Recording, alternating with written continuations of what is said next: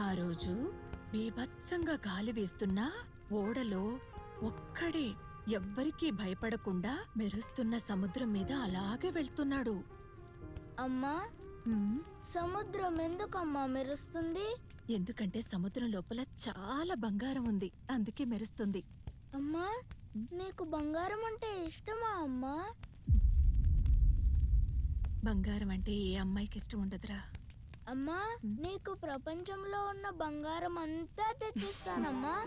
సరే, ఇప్పుడు పడుకో, పొద్దున్నే పోయి తీసుకునొద్దు గాని. హ్మ్? ఉమ్. హ్మ్, నిద్రపో.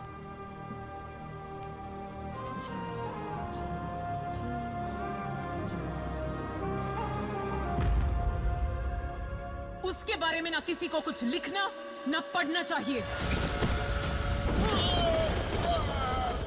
उसका नामो निशान इतिहास के किसी भी पन्ने में नहीं होना चाहिए।